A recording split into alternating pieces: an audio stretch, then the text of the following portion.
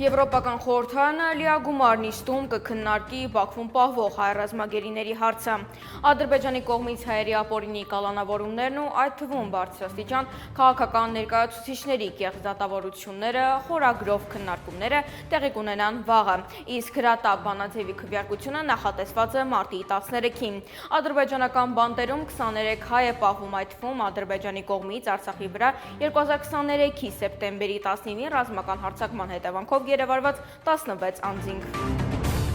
Ադրբեջանի ԱԳ-նախարար Ջերհուն Բայրամովը Աստանայում Ղազախստանի փոխվարչապետի և արտգործնախարարի հետ ճեպազրույցի ժամանակ անդրադարձել է նաև Հայաստանի Հանրապետության հետ հարաբերություններին։ Չնայած Ադրբեջանի և Հայաստանի միջև միջպետական հարաբերությունների կարգավորման և վերջնական խաղաղության համաձայնագրի ստորագրման ուղղությամբ անցած մեծ ճանապարհին ևս մեկ անգամ ուզում եմ նշել, որ Հայաստանի սահմանադրության շրջանակներում Ադրբեջանի նկատմամբ տարածքային պահանջների առկայությունը, Հայաստանի Հանրապետության սպառազինումը և ռևանշիզմի միտումը շարունակում են մնալ խաղաղ գործընթացի ամենամեծ խոչընդոտը, ասել է նա։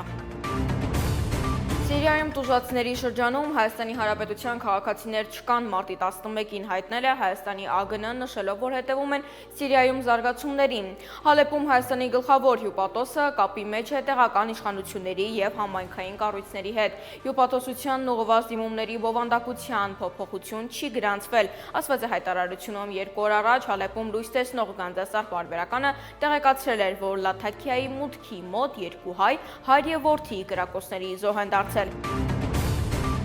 Իսկ դուք գիտեք, որ Աբու Դաբիի Լուվրում հայկական նմուշ կա։ Հայ հաղորդավարը սոցցանցի իր էջում տեսանյութ է հրապարակել, որում ցույց է տալիս այդ նմուշն ու պատմում դրա մասին։ Տեսանյութը հազարավոր դիտումներ է հավաքել։ Աբու Դաբիի Լուվրին ու ինչ հայկական նմուշ կա այնտեղ, իմանաք, եթե նայեք մինչև վերջ գնացին։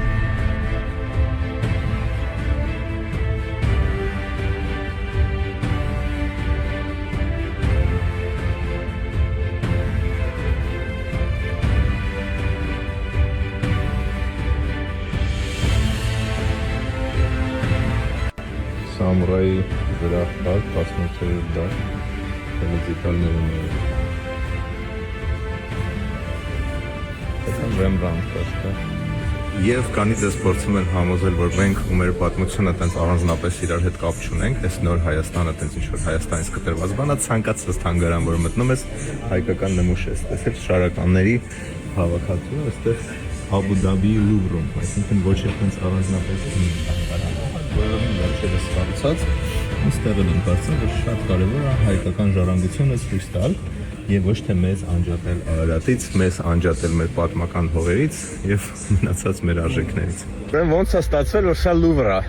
հենց Լուվրից իրավունքները Լուվր անվանվելու մինչև 2047 թիվ գնել են։ Իրականում մեծ թանգարանային թաղամաս է դառնում։ Հիմա արդեն մի քանի թանգարաններ գրեթե ավարտված են, մի քանիսն էլ կառուցելու են, այս հետևը լինելու է հյուրանոց ու դրա հետևն էլ մոլ, հենց որ բոլոր Աբու Դաբի եկողներին ինձ թվում է այս մասից այլևս դուրս չեն գալու եւ որ ավարտվի այդ հատվածը։ Համացանցում լայն տարածում է գտել հայ հարսիկի Նազանի պարը, այլ հայուհիների բարիուղեկցությամբ Սայաթ Նովայի Բրոյի երաժշտության ներքո կատարումը հազարավոր դիտումների ու հիացմունքի խոսքերի արժանացել։